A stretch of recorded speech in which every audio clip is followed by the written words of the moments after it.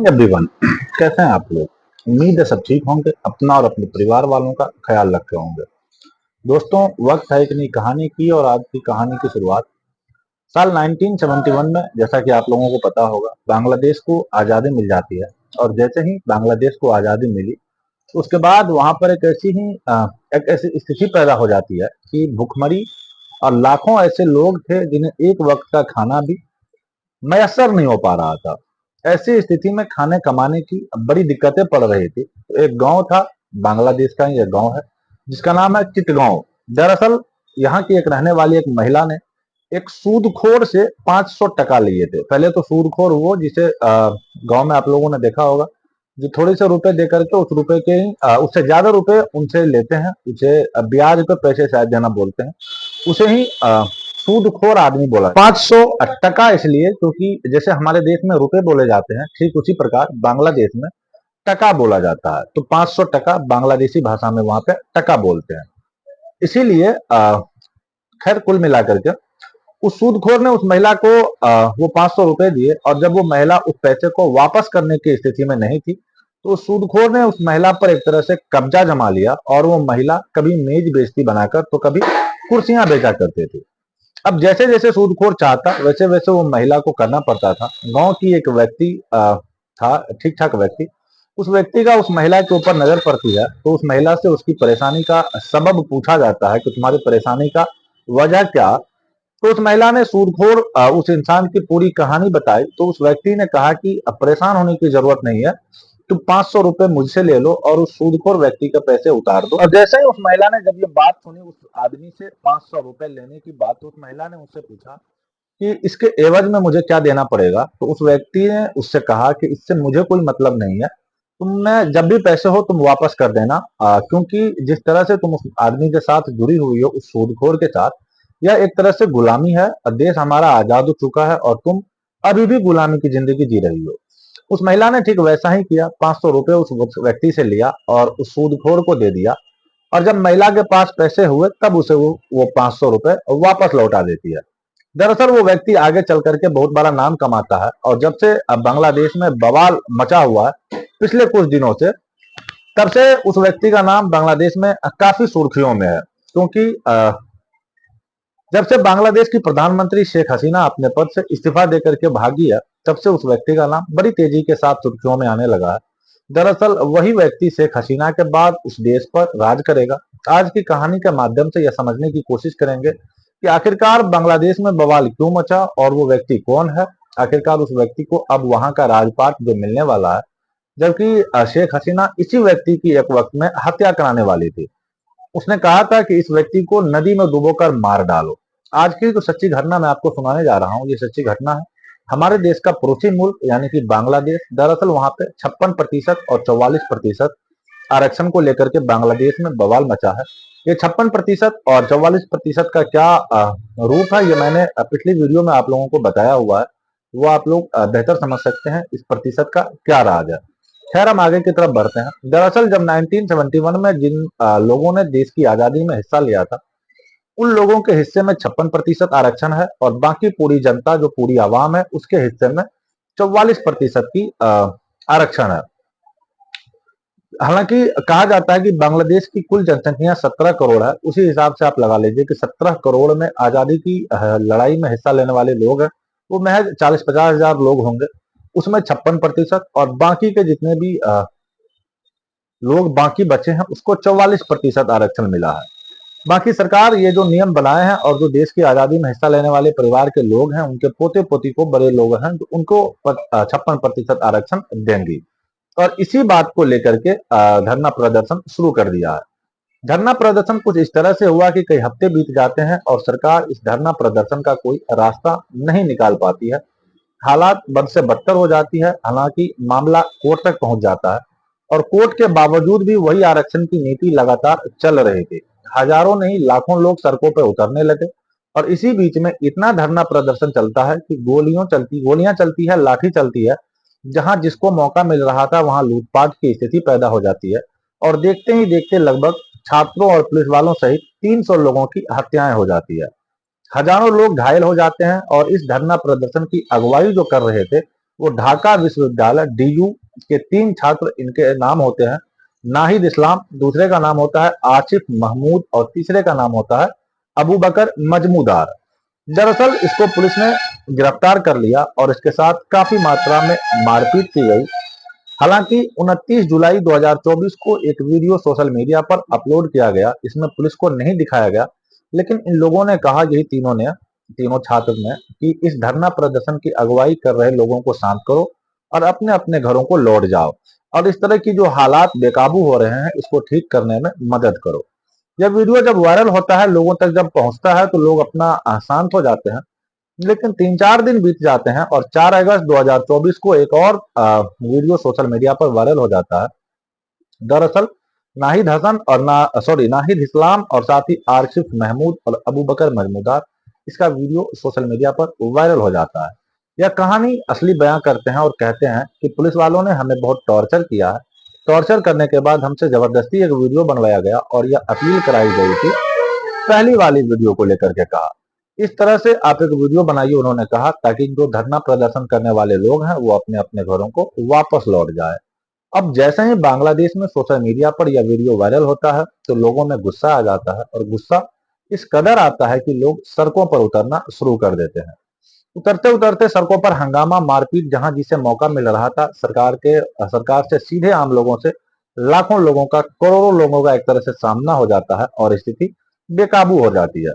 और बड़ी संख्या में जो लोग थे वो ढाका में उस जगह जाने लगते हैं जहां पर देश के प्रधानमंत्री शेख हसीना का अपना खुद का आवास होता है। ऐसी स्थिति में जो भी चीफ जनरल होते हैं आर्मी के, वो शेख हसीना को 45 मिनट का समय देते हैं और कहते हैं कि आप 45 मिनट में देश छोड़ करके जा सकती हैं। चली गई तो इस समय पर आपकी जान बच जाएगी, अगर नहीं गई तो यह पब्लिक आपको मार डालेगी। क्योंकि पब्लिक ने फिर उसके घर को कब्जा कर लिया। जो उनके अंडर गारमेंट्स तक थे उनको भी ले जाते हैं, जिनको जहां जो मिलता पशु पक्षी पर कब्जा कर लेते हैं और उनके अपने जो कपड़े थे उनके उन पर भी कब्जा कर लेते हैं और जो जरूरी कीमती सामान थे उस पर भी कब्जा लेते हैं। और अब यहाँ से इसी स्थिति में शेख हसीना अपने हेलीकॉप्टर के साथ उड़ान भरती है और भारत से शरण मांगती है। और इंडिया का एक जगह है गाजियाबाद, गाजियाबाद में ही एक जगह लगती है हिंडन एयरबेस, वहां का जो जोन है उसका हेलीकॉप्टर उतरता है और उसके बाद यहीं पर वह आसरा लेने की कोशिश कर रही है। हालांकि बताया जाता है कि शेख हसीना के दुश्मन हमारे हिंदुस्तान में भी है और इसी वजह से शेख हसीना को किस जगह पे ठहराया गया है उसको गुप्त रखा गया है। अब ऐसी स्थिति में उसको अलग अलग मुल्कों में जाकर के शरण मांगने की उन्होंने कोशिश की, क्योंकि प्रथम दृष्टि कोशिश उनकी यही थी कि पड़ोसी मुल्क यानी कि भारत उनके करीब में था और करीब में आने से उन्हें कोई दिक्कत नहीं हुई। अब यहाँ से ऐसे किसी सुरक्षित देश में जाना चाहती है, लेकिन जाने की शायद अनुमति उन्हें नहीं मिल रही है। हद तो तब हो जाती है जब पूरे दुनिया में 57 मुस्लिम मुल्क हैं, उसके बावजूद भी उन्होंने भारत को चुना। शायद उन्होंने अपने यहाँ परमिशन नहीं दिए होंगे, शायद ऐसी स्थिति में अब सेना के हाथ में पूरी ताकत आ जाती है। बांग्लादेश की जैसे ही सेना के हाथ में ताकत आती है तो अब एक बड़ा नाम बड़ी तेजी के साथ सामने आता है और वो नाम था मोहम्मद यूनुस। आखिरकार मोहम्मद यूनुस कहा जाता है कि वो वहां पर जो सरकार है उस सरकार की पूरी तरह से जिम्मेदारी संभालेंगे और जिम्मेदारी संभालने के बाद उनको यहाँ से एक तरह से जो शेख हसीना की जगह है वो लेंगे। हालांकि वो उसके प्रमुख रूप में रहेंगे कि प्रधानमंत्री के रूप में रहेंगे, कार्यवाहक प्रधानमंत्री के रूप में कार्य करेंगे, ये तो खैर नहीं कहा जा सकता। लेकिन ये वह कौन व्यक्ति है मोहम्मद यूनुस, इसका नाम अचानक से क्यों सामने आता है और वो 3 छात्रों ने इतनी मेहनत की और शेख हसीना को देश छोड़कर विदेश भागना पड़ा और मोहम्मद यूनुस के हाथ में सत्ता आने लगती है। और बताया जाता है कि 8 अगस्त 2024 की रात 8 बजे वो अपना शपथ ग्रहण करेंगे और साथ ही अपनी एक टीम भी गठित कर देंगे। आज की तारीख में मोहम्मद यूनुस का पूरी दुनिया में नाम सुर्खियों में आ चुका है। हर कोई ये व्यक्ति के बारे में जानना चाहता है कि आखिरकार ये मोहम्मद यूनुस कौन है। तो आज की कहानी के माध्यम से जानने और समझने की कोशिश करते हैं। दरअसल 28 जून 1940 को जब हमारा मुल्क गुलाम था, तब भारत और पाकिस्तान था। यह जो बांग्लादेश है वो तब तक पाकिस्तान और बांग्लादेश एक ही था। उस जगह पर एक गांव लगता था चिटगांव। दरअसल यहाँ पर एक व्यक्ति हाजी मोहम्मद सौदागर के घर में एक लड़के का जन्म होता है और उस लड़के का नाम रखा जाता है मोहम्मद यूनुस। दरअसल इस लड़का जो शुरू में पढ़ने में होशियार था और उन्होंने ढाका विश्वविद्यालय से इकोनॉमिक्स की पढ़ाई की और पढ़ाई करने के बाद वो सीधा अमेरिका चला जाता है, यूएस। अमेरिका जाता है, वहां जाने के बाद वो पीएचडी करता है और पीएचडी करने के बाद वहीं पर यानी कि अमेरिका में उसकी नौकरी लग जाती है। मोहम्मद यूनुस अमेरिका में नौकरी करने लगते हैं और बच्चों को और छात्रों को इकोनॉमिक्स यानी कि अर्थशास्त्र पढ़ाने लगते हैं। वक्त जब बीत जाता है तभी 26 मार्च 1971 को बांग्लादेश, जिसे पहले पूर्वी पाकिस्तान के नाम से जाना जाता है, अब उसका नाम बांग्लादेश हो जाता है। और बांग्लादेश को जब आजादी मिल जाती है तो आजादी के कुछ दिन बाद यह मोहम्मद यूनुस अपने देश वापस लौटते हैं। और जब देश आए थे तब इनके देश की स्थिति बहुत ज्यादा अच्छी नहीं थी। अब उस दौरान चिटगांव में एक विश्वविद्यालय हुआ करता था और विश्वविद्यालय के अंदर जो इकोनॉमिक्स डिपार्टमेंट था उसके यह हेड बन जाते हैं। हेड ऑफ द डिपार्टमेंट बनते हैं, बच्चों को पढ़ाया करते हैं और इसका जो सब कुछ ठीक ठाक जीवन यापन चल रहा था, जैसे एक प्रोफेसर की जिंदगी होती है, एक प्रोफेसर की जिंदगी वो जी रहे थे। लेकिन देश के हालात अच्छे नहीं थे। इकोनॉमी के रूप में बहुत ज्यादा स्थिति खराब थी। लाखों लोग ऐसे थे जिनको एक वक्त का खाना भी नहीं मिल पाया था। तो चिटगांव में एक ऐसी महिला को इन्होंने अपने आंखों से देखा, जो महिला रोती रहती थी, बिलखती रहती थी, थोड़ी परेशान रहती थी। उस महिला से पूछा गया उसके परेशानी की वजह, तो उस महिला ने कहा कि एक व्यक्ति से 500 रुपये उधार लिए थे, जो सूदखोर होता है, सूदखोर से उधार लिए थे। अब मैं उसके पैसे नहीं लौटा पा रही हूँ तो मुझे खुद उनका काम करना पड़ रहा है, कुर्सी बनाने का, मेज बनाने का, जैसा वो चाहता है वैसा मैं करना पड़ता मुझे है, वैसा उनको करना पड़ता है। तो बाजार में वैसे ही बेच पाती है। तो उन्होंने कहा प्रोफेसर साहब ने, यानी कि मोहम्मद यूसुफ ने, कि तुमको एक तरह से गुलामी की जिंदगी जी रही हो, इसीलिए परेशान होने की जरूरत नहीं है। 500 रुपये मैं आपको उधार देता हूँ, जब आपको हो जाए तो मुझे वापस कर देना। जैसे इस महिला ने ये बात सुनी, महिला को बड़ा आश्चर्य हुआ। महिला ने वो 500 रुपए लिए जो सूदखोर को दिए और उसके पैसे वापस कर दिए। एक तरह से आजाद हो चुकी थी। वो अपना अच्छे से काम करने लगी, यानी कि उसके पास अब पैसे इकट्ठे होने लगे और जैसे जैसे पैसे इकट्ठे होते, उसने मोहम्मद यूनुस को 500 रुपये वापस कर दिए। मोहम्मद यूनुस इस बात पर काफी खुश होते हैं, कहते हैं कि तुमने पैसे कैसे कमाए। तो उन्होंने कहा कि जो सूदखोर था वो तो सारे पैसे ले जाया करता था, अब मेरे पास पैसे बच जाते हैं, तो इसीलिए इन पैसों को आपको वापस देने के लिए आई हूँ। तब मोहम्मद यूनुस के दिमाग में एक आइडिया आया कि क्यों ना महिलाओं की मदद की जाए। तब उन्होंने 40 महिलाओं का एक ग्रुप बनाया, और 40 नहीं बल्कि 42 महिलाओं का, और 42 महिलाओं को उन्होंने पैसे देने शुरू कर दिए, यानी कि उन्हें उधार पैसे देने शुरू कर दिया। और उनसे कहा कि तुम अपना बिजनेस, तुम अपना व्यापार शुरू करो और ये जो मेरे पैसे हैं उधार जो तुम ले रही हो वो मुझे वापस कर देना। जैसे यह बात आती है, उन महिलाओं ने अपने कारोबार शुरू किया और 42 की 42 महिलाओं ने वक्त से पहले ही उनको पैसे वापस कर दिए। तब उनके दिमाग में एक आइडिया आया कि क्यों ना एक ऐसा बैंक बनाया जाए और इसका नाम रखा जाए उन्होंने माइक्रो क्रेडिट। और इसके लिए उन्होंने अपना काम शुरू कर दिया, यानी कि लोगों को पैसे बांटना शुरू कर दिए। अब जब पैसे बांटने शुरू कर दिए तो उन्होंने 1983 में ग्रामीण बैंक की एक नींव रखी और 40 वर्षों में लगभग उन्होंने 1 करोड़ से ज्यादा लोगों को पैसे बांटे। और पैसों की जो संख्या थी वो थी 4 करोड़ 30 लाख रुपए उन्होंने बांट दिए।